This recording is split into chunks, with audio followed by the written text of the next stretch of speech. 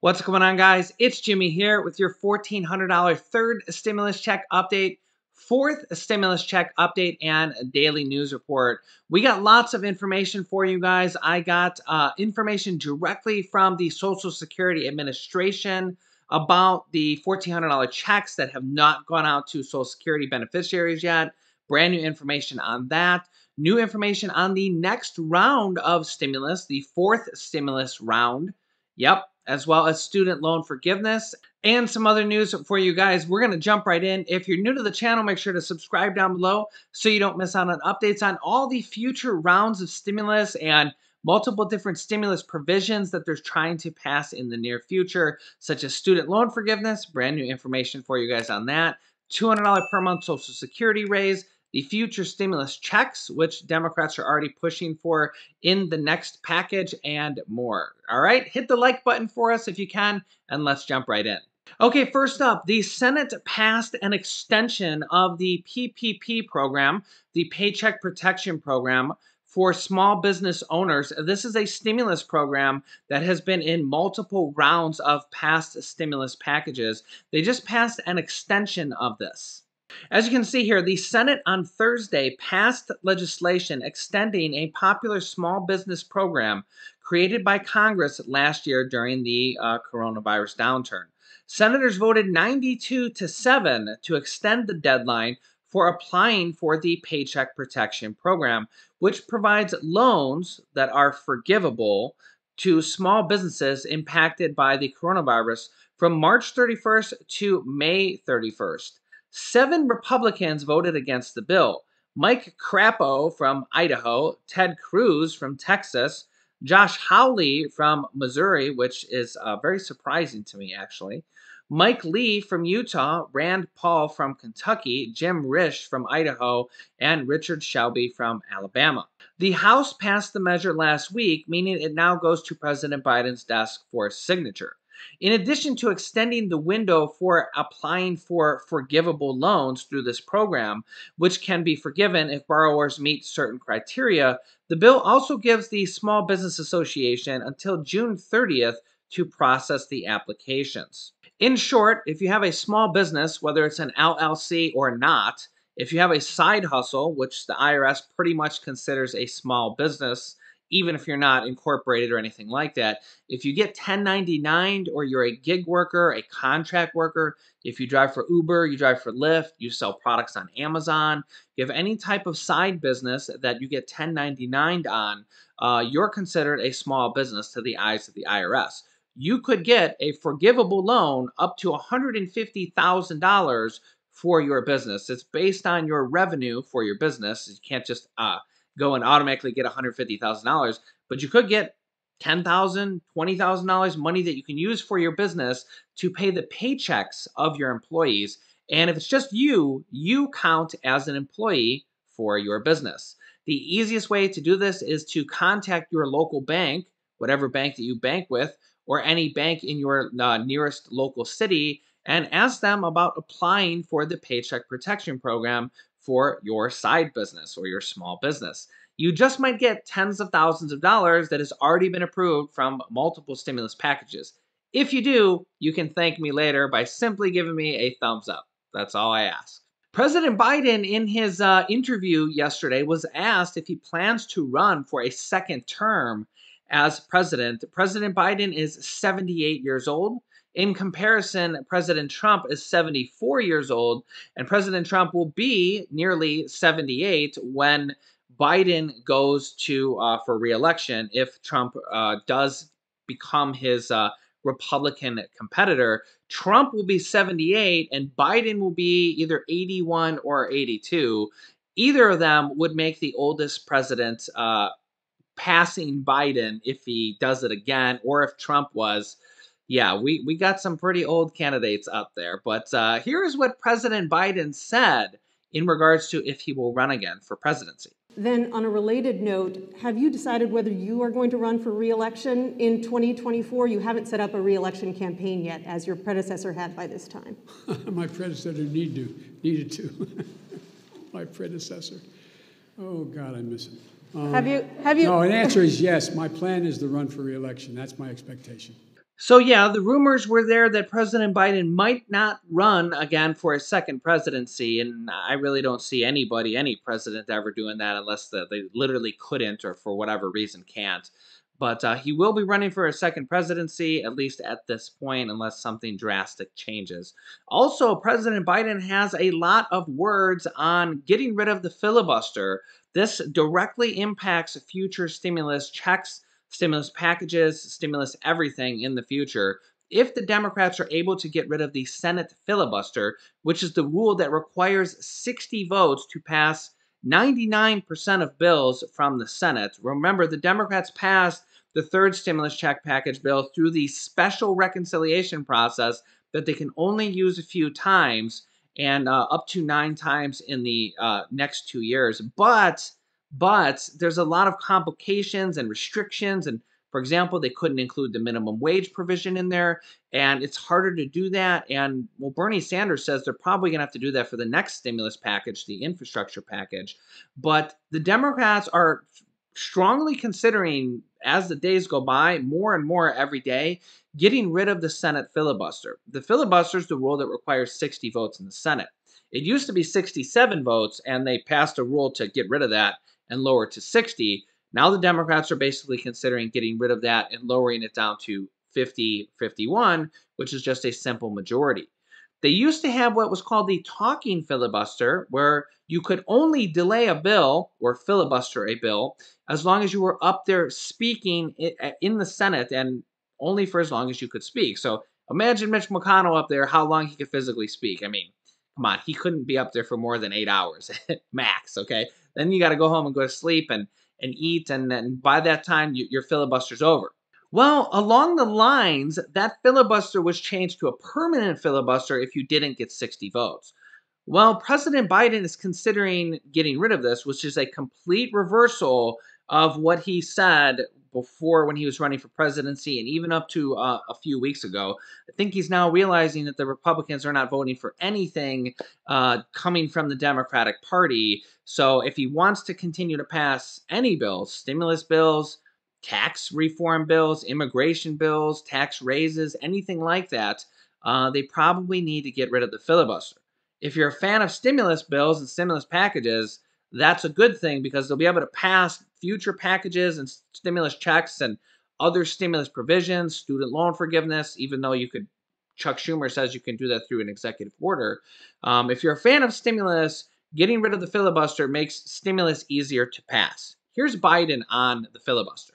With regard to the filibuster, I believe we should go back to a position of the filibuster that existed just when I came to the United States Senate 120 years ago. And that is that it used to be required for the filibuster, and I had a card on this. I was going to give you the statistics, but you probably know them, that it used to be that from between 1917 and 1971, the filibuster existed. There were a total of 58 motions to break a filibuster that whole time. Last year alone, there were 5 times that many. So it's being abused in a gigantic way. And for example, it used to be you had to stand there and talk and talk and talk and talk until you collapsed. And guess what? People got tired of talking and tired of collapsing. Filibusters broke down, and we were able to break the filibuster, get a quorum, and vote.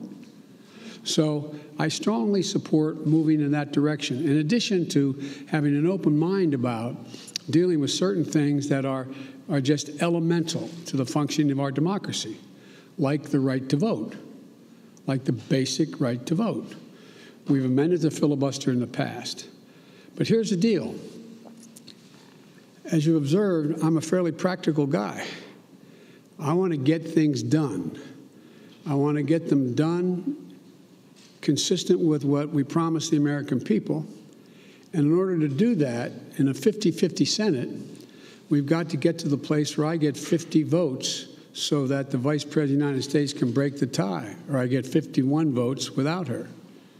And so I'm going to say something outrageous. I have never been particularly poor at calculating how to get things done in the United States Senate. So the best way to get something done, if it holds near and dear to you that you like to be able to, anyway, we're going to get a lot done. And if we have to, if there's complete lockdown and chaos as a consequence of the filibuster, then we'll have to go beyond what I'm talking about. Okay, hang on. Sorry. Oh, Ms. Kim. Thank you, Mr. President. To follow up on the filibuster, so do you believe it should take 60 votes to end a filibuster on legislation or 51? If we could end it with 51, we would have no problem. You're going to have to, the existing rule, it's going to be hard to get a parliamentary ruling that allows 50 votes to end the filibuster, the existence of a filibuster.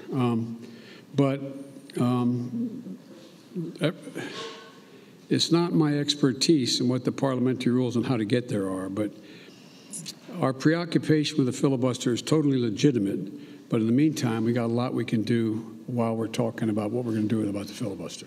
Now, if the Democrats are able to get rid of the filibuster in the near future, this will be good news for, well, as you can see here, Biden's support for ending the filibuster could be good news for student loan forgiveness.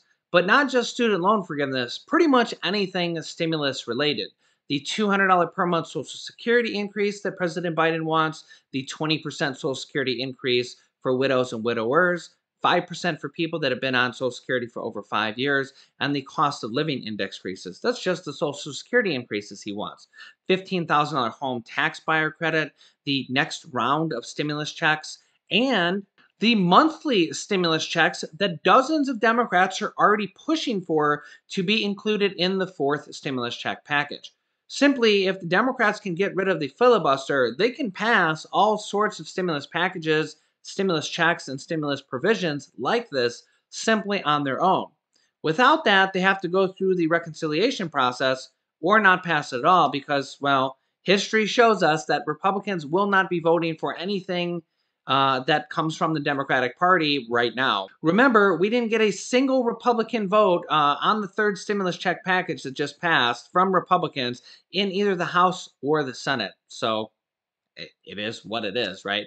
But my advice to you is if you want something to be included in one of the next rounds of stimulus, I suggest you tweet your senators, tweet your congressmen right now, probably the three most, maybe 3 or 4 most important people. If you want those Social Security raises, if you want that student loan forgiveness, if you want more mortgage or rental assistance, whatever you want, tweet Biden, tweet Elizabeth Warren, Senator Elizabeth Warren, Senator Chuck Schumer. Both Elizabeth Warren and Schumer are the people who have co-authored the bills for the Social Security raises and the student loan forgiveness. So Chuck Schumer and Elizabeth Warren are probably the 2 of the most important people, along with Bernie Sanders and maybe even AOC, Alexandria Ocasio-Cortez. Those are the people you want to be tweeting on Twitter. Sign up for Twitter and send them messages. Say, hey, we want this Social Security raise. Email them, call them if you want to look up their numbers to their office and leave them messages. I don't know if they check those, but I know that Twitter is a great way to message these people. And if we can get thousands of people messaging them about these things that you guys want to see in the future, whatever that may be, that is the best way to actually get things included in the stimulus packages, because momentum and getting senators talking about this and getting momentum for these things is how things get included in this bill. There's a lot of momentum right now for student loan forgiveness. And because of the momentum and because Chuck Schumer's literally out there saying $10,000 of student loans forgiveness is not enough, we want to see $50,000. And President Biden has already forgiven $1 billion of student loan forgiveness. As Senator Bob Mendez says here in this headline, that is just the beginning. I've actually been saying that before he said that for days now since they first passed that. That $1 billion of student loan forgiveness that is for defrauded students that were defrauded by their schools or their school closed on them. There's some provisions in there. That was kind of the easiest one to do. And I am expecting at least $10,000 of student loan forgiveness in the future because President Biden said he's willing to do it.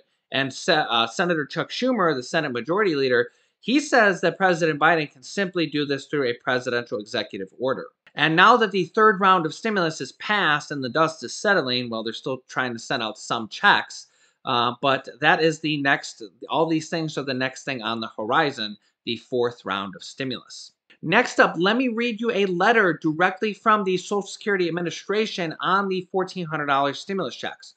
Also, real quick, if you're not from Social Security and you haven't got your stimulus checks yet, your $1,400, it's very likely that you're going to be getting them in the mail with a check in the mail or a debit card in the mail. So please watch the mail if you're not from Social Security. I personally think that they're going to probably send out another round of direct deposits to Social Security administrations. And well, here's the latest from them. Okay, so here's a statement directly from the Social Security Administration. This is from Andrew Saul, the Social Security Administrator, the Commissioner.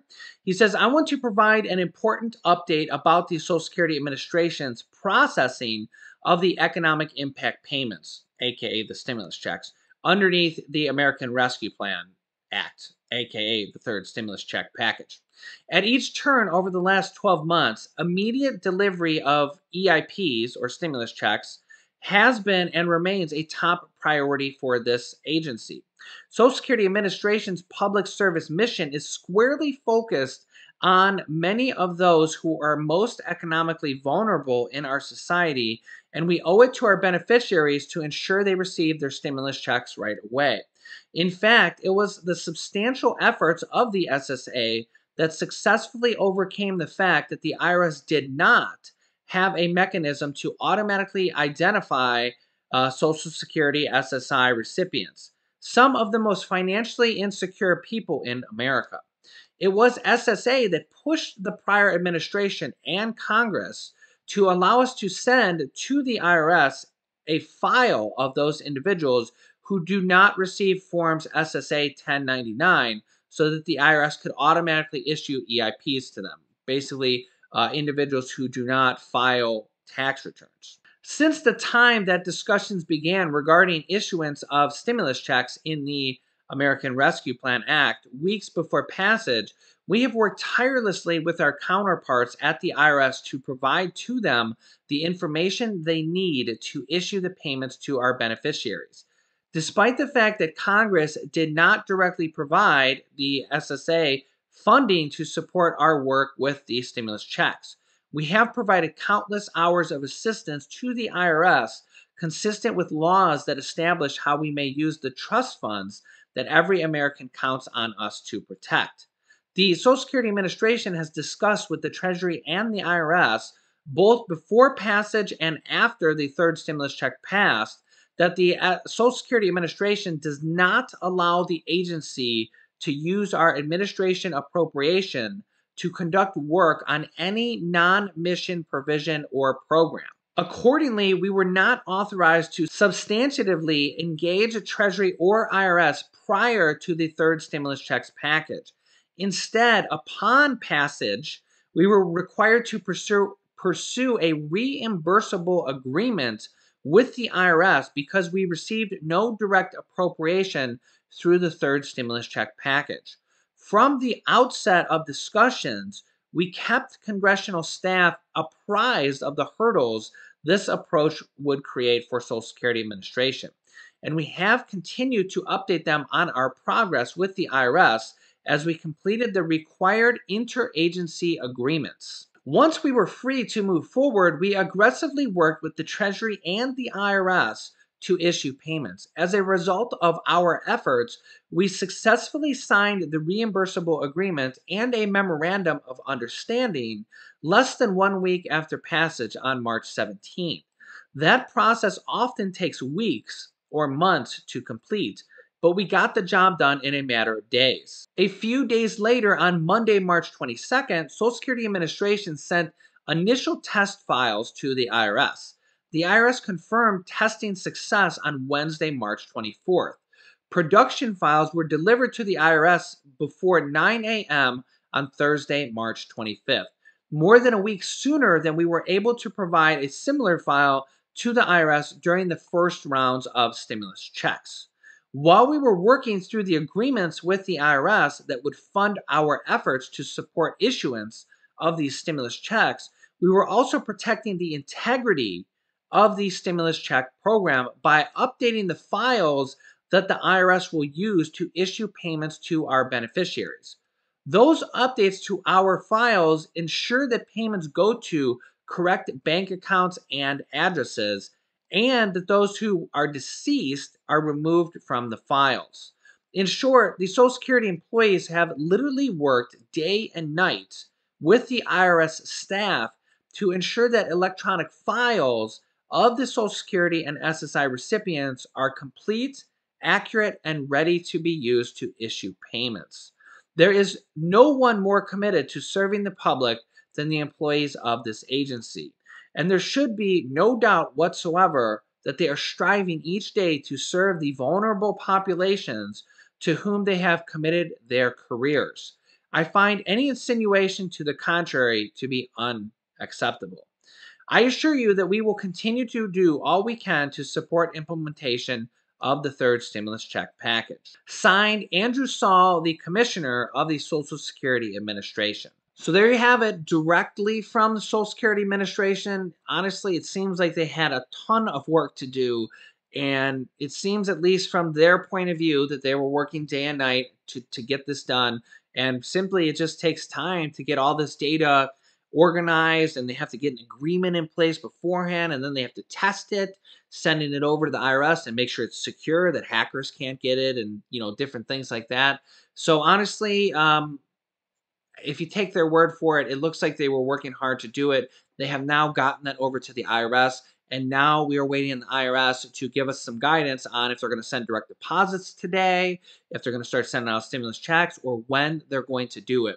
So I will keep you up to date on that, as well as everything in the fourth stimulus check package and all hot related news that comes out pretty much every day. So if you're new to the channel, make sure to subscribe down below so you don't miss out on updates on all future upcoming stimulus updates. I'll keep you up to date. New videos come out every day at 10 a.m., 3 p.m., 8 p.m., and 11 p.m. Eastern Standard Time.